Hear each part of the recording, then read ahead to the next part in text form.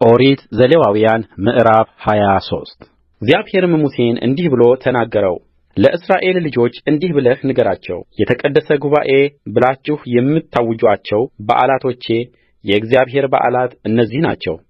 6 ቀን ሥራ ይሠራል፣ በሰባተኛውም ቀን ግን የዕረፍት ሰንበት ነው፣ የተቀደሰ ጉባኤ ይሆንበታል። ምንም ሥራ አትሠሩም፣ በምትኖሩበት ሁሉ ለእግዚአብሔር ሰንበት ነው። እነዚህ የእግዚአብሔር በዓላት በየዘመናቸው የምታውጁአቸው የተቀደሰ ጉባኤ ናቸው። በመጀመሪያው ወር በ14ተኛው ቀን ሲመሽ የእግዚአብሔር ፋሲካ ነው። በዚህም ወር በ15ኛው ቀን ለእግዚአብሔር የቂጣ በዓል ነው። 7 ቀን ቂጣ እንጀራ ብሉ። በመጀመሪያው ቀን የተቀደሰ ጉባኤ ይሁንላችሁ፣ የተግባር ሥራ ሁሉ አትሥሩበት። 7 ቀንም ለእግዚአብሔር የእሳት ቍርባን አቅርቡ። በሰባተኛው ቀን የተቀደሰ ጉባኤ ነው፣ የተግባር ሥራ ሁሉ አትሥሩበት። እግዚአብሔርም ሙሴን እንዲህ ብሎ ተናገረው።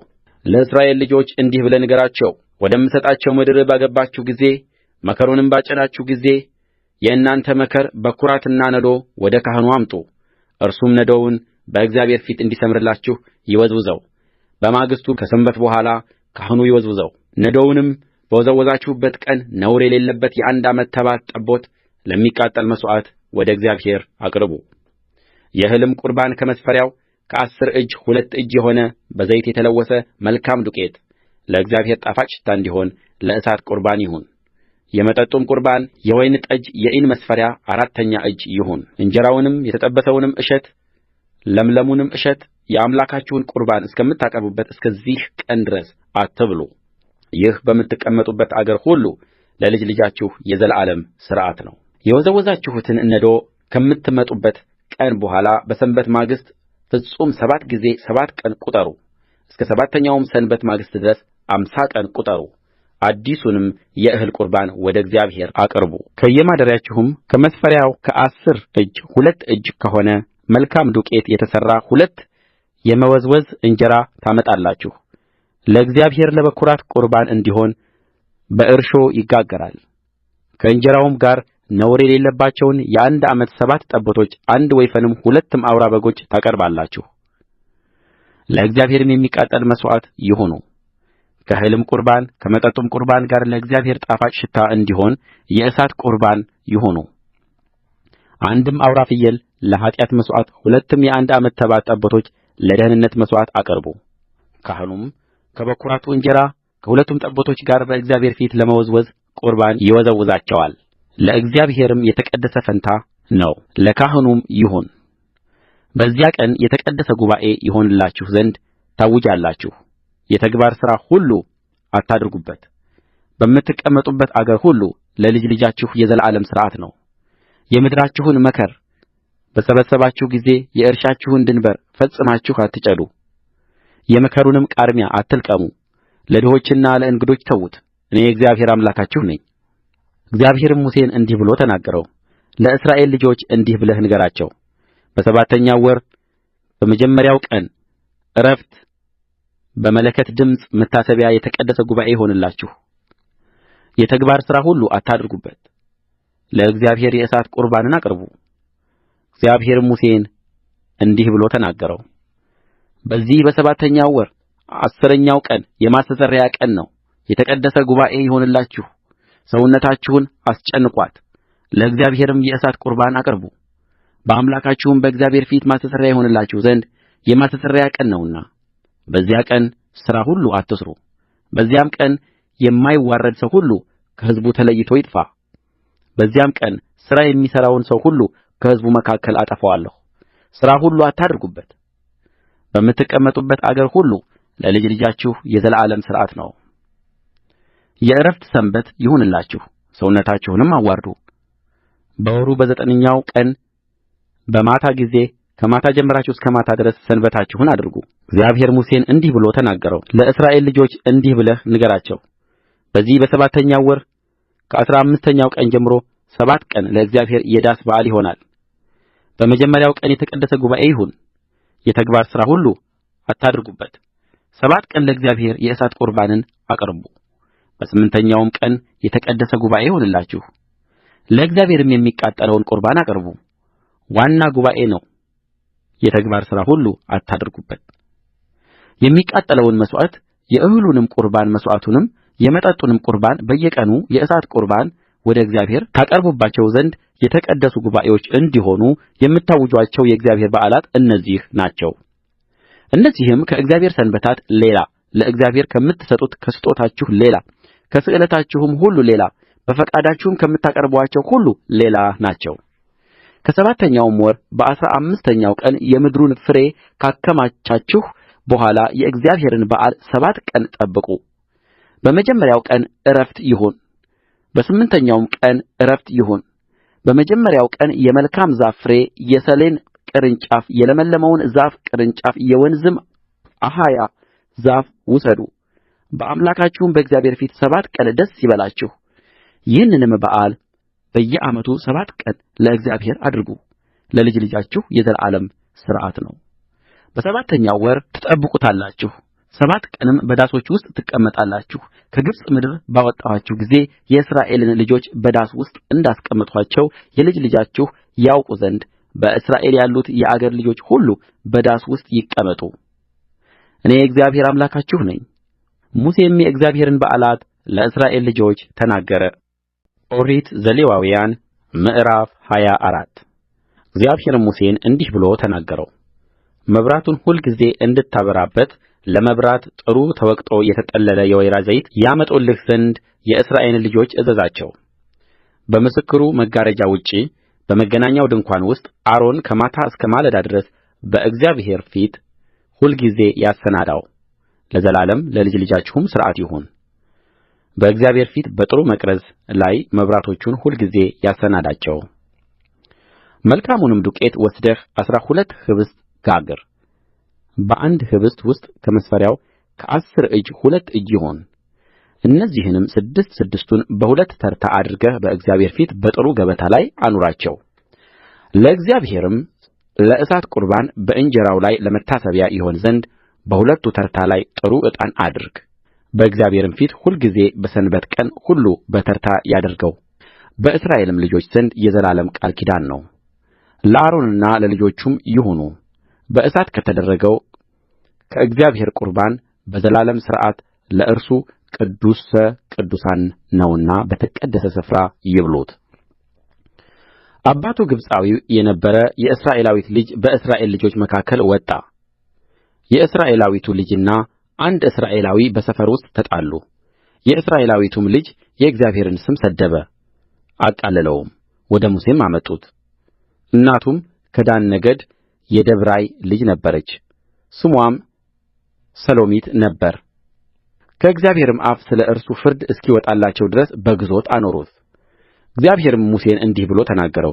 ተሳዳቢውን ከሰፈሩ ወደ ውጭ አውጣው፣ የሰሙትም ሁሉ እጃቸውን በራሱ ላይ ይጫኑበት፣ ማኅበሩም ሁሉ ይውገረው። ለእስራኤልም ልጆች እንዲህ ብለህ ትናገራለህ፣ ማናቸውም ሰው አምላኩን ቢሰድብ ኃጢአቱን ይሸከማል። የእግዚአብሔርንም ስም የሚሳደብ ፈጽሞ ይገደል። ማኅበሩም ሁሉ ይውገሩት። መጻተኛ ወይም የአገር ልጅ ቢሆን የእግዚአብሔርን ስም በሰደበ ጊዜ ይገደል። ሰውንም እስኪሞት ድረስ የሚመታ ፈጽሞ ይገደል። እንስሳንም እስኪሞት ድረስ የሚመታ ሕይወት በሕይወት ፈንታ ካሣውን ይክፈል። ሰውም ባልንጀራውን ቢጐዳ እርሱ እንዳደረገ እንዲሁ ይደረግበት። ስብራት በስብራት ፈንታ፣ ዓይን በዓይን ፈንታ፣ ጥርስ በጥርስ ፈንታ ሰውን እንደ ጐዳ እንዲሁ ይደረግበት። እንስሳውንም የሚገድል ካሣ ይተካ፣ ሰውንም የሚገድል ይገደል። እኔ እግዚአብሔር አምላካችሁ ነኝና ለመጻተኛና ለአገር ልጅ አንድ ዓይነት ሕግ ይሁንላችሁ። ሙሴም ለእስራኤል ልጆች ተናገራቸው። ተሳዳቢውንም ከሰፈሩ ወደ ውጭ አወጡት፣ በድንጋይም ወገሩት። የእስራኤልም ልጆች እግዚአብሔር ሙሴን እንዳዘዘው አደረጉ።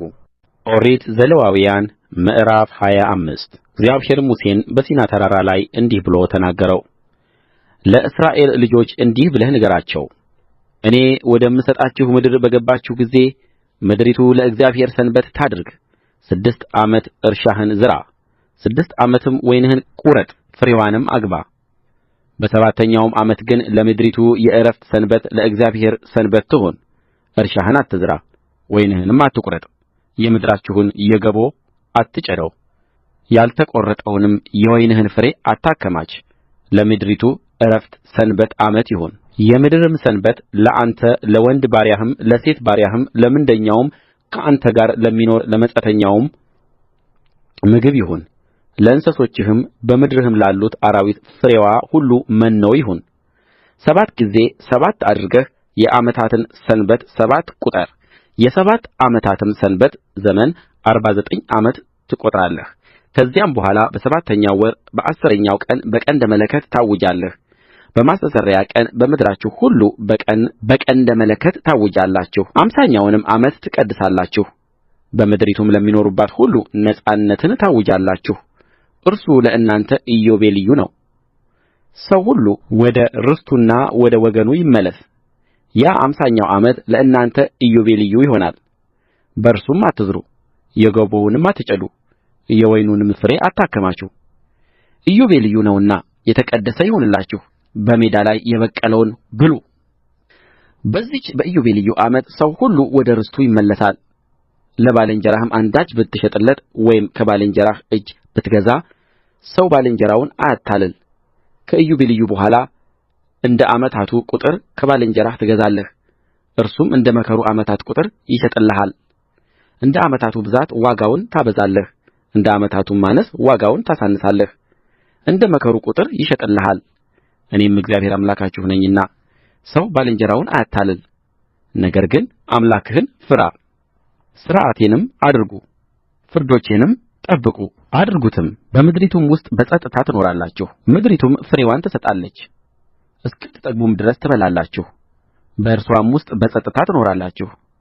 እናንተም ካልዘራን እህላችንንም ካላከማችን በሰባተኛው ዓመት ምን እንበላለን ብትሉ፣ እኔ በስድስተኛው ዓመት በረከቴን በላያችሁ አዝዛለሁ። ምድሪቱም የ3 ዓመት ፍሬ ታፈራለች። በስምንተኛውም ዓመት ትዘራላችሁ፣ ከአሮጌውም እህል ትበላላችሁ። ፍሬዋ እስኪገባ እስከ 9ኛው ዓመት ድረስ ከአሮጌው እህል ትበላላችሁ። ምድርም ለእኔ ናትና እናንተ ከእኔ ጋር እንግዶችና መጻተኞች ናችሁና ምድርን ለዘላለም አትሽጡ። በርስታችሁም ምድር ሁሉ መቤዠትን ለምድሪቱ አድርጉ። ወንድምህም ቢደኸይ ከርስቱም ቢሸጥ ለእርሱ የቀረበ ዘመዱ መጥቶ ወንድሙ የሸጠውን ይቤዠዋል። የሚቤዠውም ሰው ቢያጣ እርሱም እጁ ቢረጥብ ለመቤዠትም የሚበቃ ቢያገኝ የሽያጩን ዘመን ቈጥሮ የቀረውንም ወደ ገዛው ሰው ይመልስ፣ እርሱም ወደ ርስቱ ይመለስ። ለራሱም ዕዳውን መክፈል ባይችል ሽያጩ በገዛው ሰው እጅ እስከ ኢዮቤልዩ ዓመት ድረስ ይቀመጥ፣ በኢዮቤልዩም ዓመት ይውጣ፣ እርሱም ወደ ርስቱ ይመለስ። ሰውም ቅጥር ባለበት ከተማ መኖሪያ ቤትን ቢሸጥ ከተሸጠ በኋላ 1 ዓመት እስኪፈጸም ድረስ ለመቤዠት ይችላል። ለ1 ሙሉ ዓመት መቤዠት ይችላል። 1 ዓመት እስኪጨረስ ባይቤዠው ቅጥር ባለበት ከተማ የሚሆን ቤት ለገዛው ለልጅ ልጁም ለዘላለም ይጸናለታል። በኢዮቤልዩም ከእርሱ አይወጣም። ቅጥር በሌለበት መንደር ያሉ ቤቶች ግን እንደ እርሻ ይቈጠራሉ፣ ይቤዣሉ፣ በኢዮቤልዩም ይወጣሉ። በእነርሱ ከተማ ያለ የሌዋውያን ቤት ግን ለሌዋውያን ለዘላለም መቤዠት ይችላሉ። ማናቸውም ሰው ከሌዋውያን ቢገዛ በእስራኤል ልጆች መካከል የሌዋውያን ከተማ ቤቶች ርስቶቻቸው ናቸውና በርስቱ ከተማ ያለ የተሸጠው ቤት በኢዮቤልዩ ይመለሳል። በከተማቸውም ዙሪያ ያለችው መሰምርያ የዘላለም ርስታቸው ናትና አትሸጥም። ወንድምህ ቢደኸይ እጁም በአንተ ዘንድ ቢደክም አጽናው፣ እንደ እንግዳና እንደ መጻተኛም ከአንተ ጋር ይኑር። ወንድምህ ከአንተ ጋር ይኖር ዘንድ ከእርሱ ምንም ወለድ ወይም ትርፍ አትውሰድ። ነገር ግን አምላክህን ፍራ። ብርህን በወለድ አታበድረው፣ መኖህንም በትርፍ አትስጠው። የከነዓን ምድር እሰጣችሁ ዘንድ አምላክም እሆናችሁ ዘንድ ከግብፅ ምድር ያወጣኋችሁ እኔ እግዚአብሔር አምላካችሁ ነኝ። ቢደኸይ ራሱም ለአንተ ቢሸጥ እንደ ባሪያም አድርገህ አትግዛው። እንደ ምንደኛና እንደ መጻተኛ ከአንተ ጋር ይሁን፣ እስከ ኢዮቤልዩም ዓመት ያገልግልህ። በዚያን ጊዜም እርሱ ከልጆቹ ጋር ከአንተ ይውጣ፣ ወደ ወገኖቹም ወደ አባቱም ርስት ይመለስ። ከግብፅ ምድር ያወጣኋችሁ ባሪያዎቼ ናቸውና እንደ ባሪያዎች አይሸጡ። በጽኑ እጅ አትግዛው፣ ነገር ግን አምላክህን ፍራ። ወንድ ባሪያና ሴት ባሪያ መግዛት ብትፈልግ ግን በዙሪያችሁ ካሉት ከእነርሱ ከአሕዛብ ወንድና ሴት ባሪያዎችን ግዙ። ደግሞም በእናንተ መካከል ከሚቀመጡት መጻተኞች በምድራችሁም ውስጥ ከወለዱአቸው በእናንተ መካከል ከሚቀመጡት ከዘራቸው ውስጥ ባሪያዎችን ግዙ፣ ርስትም ይሁኑላችሁ። ከእናንተም በኋላ ልጆቻችሁ ይወርሱአቸው ዘንድ ተዉአቸው፣ ከእነርሱም ባሪያዎችን ለዘላለም ትወስዳላችሁ። ነገር ግን የእስራኤልን ልጆች ወንድሞቻችሁን በጽኑ እጅ አትግዙአቸው። በአንተም ዘንድ የሚኖር መጻተኛ ወይም እንግዳ ሀብታም ቢሆን ወንድምህም በእርሱ አጠገብ ቢደኸይ ራሱንም ለመጻተኛው ወይም ለእንግዳው ወይም ለወገኖቹ ዘር ቢሸጥ ከተሸጠ በኋላ መቤዠት ይችላል። ከወንድሞቹ አንዱ ይቤዠው፣ ወይም አጎቱ ወይም የአጎቱ ልጅ ይቤዠው፣ ወይም ከወገኑ ለእርሱ የቀረበ ዘመድ ይቤዠው፣ ወይም እርሱ እጁ ቢረጥብ ራሱን ይቤዠው። ከገዛውም ሰው ጋር ከገዛበት ዓመት ጀምሮ እስከ ኢዮቤልዩ ዓመት ድረስ ይቍጠር። የሽያጩም ብር እንደ ዓመታት ቍጥር ይሁን፣ እንደ ምንደኛውም ዘመን ከእርሱ ጋር ይሁን። ብዙ ዓመታትም ቢቀሩ እንደ እነርሱ ቍጥር ከሽያጩ ብር የመቤዠቱን ዋጋ ይመልስ። እስከ ኢዮቤልዩ ዓመት ድረስ ጥቂቶች ዓመታት ቢቀሩ ከእርሱ ጋር ይቈጥራል፣ እንደ ዓመታቱም መጠን የሚቤዡትን ዋጋ ይመልስ። በየዓመቱ እንደ ምንደኛ ከእርሱ ጋር ይኑር፣ በፊትህ በጽኑ እጅ አይግዛው። በዚህ ዘመን ሁሉ ግን ባይቤዥ በኢዮቤልዩ ዓመት እርሱ ከልጆቹ ጋር ይውጣ። የእስራኤል ልጆች ለእኔ ባሪያዎች ናቸውና ከግብፅ ምድር ያወጣኋቸው ባሪያዎቼ ናቸው። እኔ እግዚአብሔር አምላካችሁ ነኝ። ኦሪት ዘሌዋውያን ምዕራፍ 26 እኔ እግዚአብሔር አምላካችሁ ነኝና ለእናንተ ጣዖት አታድርጉ፣ የተቀረጸ ምስል ወይም ሐውልት አታቁሙ። ትሰግዱለትም ዘንድ በምድራችሁ ላይ የተቀረጸ ድንጋይ አታኑሩ። ሰንበታቴን ጠብቁ፣ መቅደሴንም ፍሩ። እኔ እግዚአብሔር ነኝ።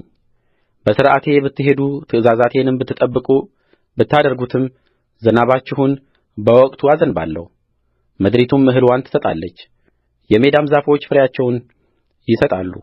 የእህሉም ማበራየት በእናንተ ዘንድ እስከ ወይኑ መቍረጥ ይደርሳል፣ የወይኑም መቍረጥ እስከ እህሉ መዝራት ይደርሳል። እስክትጠግቡም ድረስ እንጀራችሁን ትበላላችሁ፣ በምድራችሁም ላይ በጸጥታ ትኖራላችሁ። በምድራችሁም ላይ ሰላምን እሰጣለሁ፣ ማንም ሳያስፈራችሁ ትተኛላችሁ። ክፉዎችንም አራዊት ከምድራችሁ አጠፋለሁ፣ ሰይፍም በምድራችሁ ላይ አያልፍም። ጠላቶቻችሁንም ታሳድዳላችሁ፣ በፊታችሁም በሰይፍ ይወድቃሉ። ከእናንተም 500ውን ያሳድዳሉ፣ 100ም 10 ሺህ ያሳድዳሉ። ጠላቶቻችሁም በፊታችሁ በሰይፍ ይወድቃሉ። ፊቴም ወደ እናንተ ይሆናል፣ እንድታፈሩም አደርጋችኋለሁ፣ አበዛችሁማለሁ። ቃል ኪዳኔንም ከእናንተ ጋር አጸናለሁ። ብዙ ጊዜም የተቀመጠውን አሮጌውን እህል ትበላላችሁ፣ ከአዲሱም በፊት አሮጌውን ታወጣላችሁ። ማደሪያዬንም በእናንተ መካከል አደርጋለሁ፣ ነፍሴም አትጸየፋችሁም። በመካከላችሁም እሄዳለሁ፣ እኔም አምላክ እሆናችሁ። ባሪያዎች እንዳትሆኑአቸው ከግብፅ ምድር ያወጣኋችሁ እኔ እግዚአብሔር አምላካችሁ ነኝ።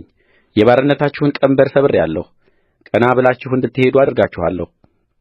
ነገር ግን ባትሰሙኝ፣ እነዚህንም ትእዛዛት ሁሉ ባታደርጉ፣ ሥርዓቴንም ብትንቁ፣ ትእዛዛቴንም ሁሉ እንድታደርጉ፣ ቃል ኪዳኔንም እንድታፈርሱ፣ ነፍሳችሁ ፍርዴን ብትጸየፍ፣ እኔም እንዲህ አደርግባችኋለሁ። ፍርሃትን፣ ክሳትንም፣ ዓይናችሁንም የሚያፈዝዝ ሰውነታችሁንም የሚያመስን ትኩሳት አወርድባችኋለሁ።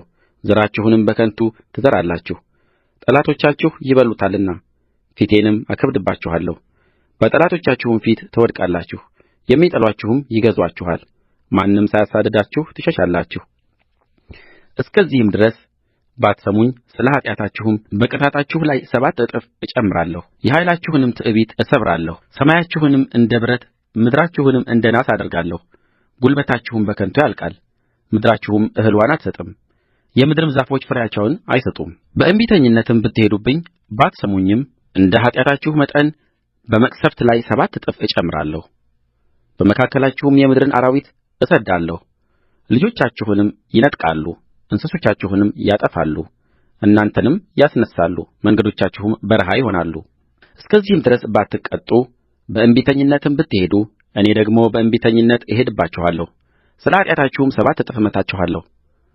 የቃል ኪዳኔንም በቀል ይበቀልባችሁ ዘንድ ሰይፍ አመጣባችኋለሁ። ወደ ከተማችሁም ትሰበሰባላችሁ፣ ቸነፈርንም እሰድድባችኋለሁ፣ በጠላትም እጅ አሳልፌ እሰጣችኋለሁ። የእህላችሁንም ድጋፍ በሰበርሁ ጊዜ 10 ሴቶች እንጀራቸውን በአንድ ምጣድ ይጋግራሉ፣ በሚዛንም መዝነው እንጀራችሁን ይመልሱላችኋል። በበላችሁም ጊዜ አትጠግቡም።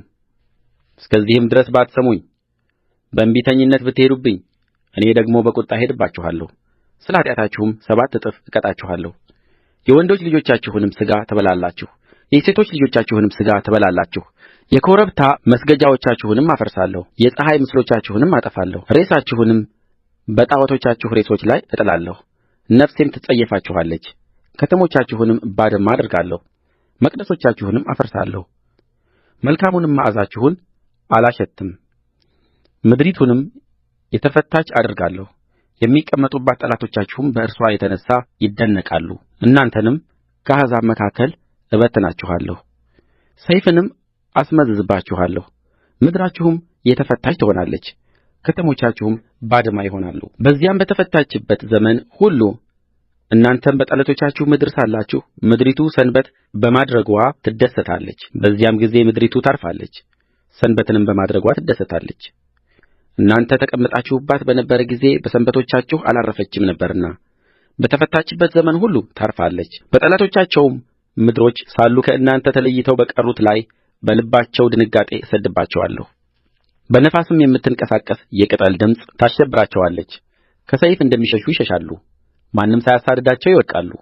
ማንም ሳያሳድዳቸው ከሰይፍ እንዲሸሹ እርስ በርሳቸው ይሰነካከላሉ።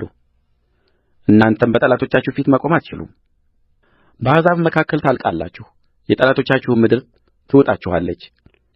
ከእናንተም ተለይተው የቀሩት በጠላቶቻቸው ምድር ላይ በኃጢአታቸው ይከሳሉ፣ በአባቶቻቸው ኃጢአት ደግሞ ከእነርሱ ጋር ይከሳሉ። በእኔም ላይ በእንቢተኝነት ስለ ሄዱብኝ የበደሉኝን በደል ኃጢአታቸውንም የአባቶቻቸውንም ኃጢአት ይናዘዛሉ። እኔም ደግሞ በእንቢተኝነት ሄድሁባቸው፣ ወደ ጠላቶቻቸውም ምድር አገባኋቸው። ነገር ግን በዚያን ጊዜ ያልተገረዘው ልባቸው ቢዋረድ የኃጢአታቸውንም ቅጣት ቢቀበሉ እኔ ለያዕቆብ የማልሁትን ቃል ኪዳኔን አስባለሁ፣ ደግሞ ለይስሐቅና ለአብርሃም የማልሁትን ቃል ኪዳኔን አስባለሁ፣ ምድሪቱንም አስባለሁ። ምድርም ከእነርሱ መጥፋት የተነሣ ባዶ ትቀራለች። እነርሱም ሳይኖሩ በተፈታችበት ዘመን ሰንበት በማድረግዋ ትደሰታለች። ፍርዴንም ስለ ናቁ ነፍሳቸውም ሥርዓቴን ስለ ተጸየፈች የኃጢአታቸውንም ቅጣት ይሸከማሉ። ነገር ግን እኔ እግዚአብሔር አምላካቸው ነኝና እነርሱ በጠላቶቻቸው ምድር ሳሉ እስካጠፋቸው ድረስ ከእነርሱም ጋር ያለኝን ቃል ኪዳን እስካፈርስ ድረስ አልጥላቸውም፣ አልጸየፋቸውምም። እኔ አምላካቸው እሆን ዘንድ አሕዛብ እያዩ ከግብጽ ምድር ያወጣኋቸውን የአባቶቻቸውን ቃል ኪዳን ስለ እነርሱ አስባለሁ። እኔ እግዚአብሔር ነኝ። እግዚአብሔርም በእርሱና በእስራኤል ልጆች መካከል በሲና ተራራ ላይ በሙሴ እጅ ያደረጋቸው ሥርዓቶችና ፍርዶች ሕግጋትም እነዚህ ናቸው። ኦሪት ዘሌዋውያን ምዕራፍ 27 እግዚአብሔር ሙሴን እንዲህ ብሎ ተናገረው። ለእስራኤል ልጆች እንዲህ ብለህ ንገራቸው፣ ማናቸውም ሰው ሰውን ለእግዚአብሔር ሊሰጥ ቢሳል አንተ እንደምትገምተው መጠን ስለ ሰው ዋጋውን ይስጥ። ለወንድ ከ20 ዓመት ጀምሮ እስከ 60 ዓመት ድረስ እንደ መቅደሱ ሰቅል ሚዛን ግምቱ 50 የብር ሰቅል ይሁን። ሴትም ብትሆን ግምትዋ 30 ሰቅል ይሁን። ከ5 ዓመትም ጀምሮ እስከ 20 ዓመት ድረስ ግምቱ ለወንድ 20 ሰቅል ለሴትም 10 ሰቅል ይሁን። ከአንድ ወርም እስከ 5 ዓመት ድረስ ለወንድ ግምቱ 5 የብር ሰቅል ለሴትም ግምትዋ 3 የብር ሰቅል ይሁን። ከ60 ዓመትም ጀምሮ ከዚያ በላይ ወንድ ቢሆን ግምቱ 15 ሰቅል ለሴትም 10 ሰቅል ይሁን። ለግምቱም የሚከፈለውን ቢያጣ ግን በካህኑ ፊት ይቁም። ካህኑም የተሳለውን ሰው ይገምተው። ካህኑም የተሳለው ሰው እንደሚችል መጠን ይገምተው። ለእግዚአብሔር መሥዋዕት አድርጎ የሚያቀርበው እንስሳ ቢሆን ሰው ከእነዚህ ለእግዚአብሔር የሚሰጠው ሁሉ ቅዱስ ይሆናል። መልካሙን በክፉ ክፉውንም በመልካም አይለውጥ። እንስሳንም በእንስሳ ቢለውጥ እርሱና ልዋጩ የተቀደሱ ይሆናሉ።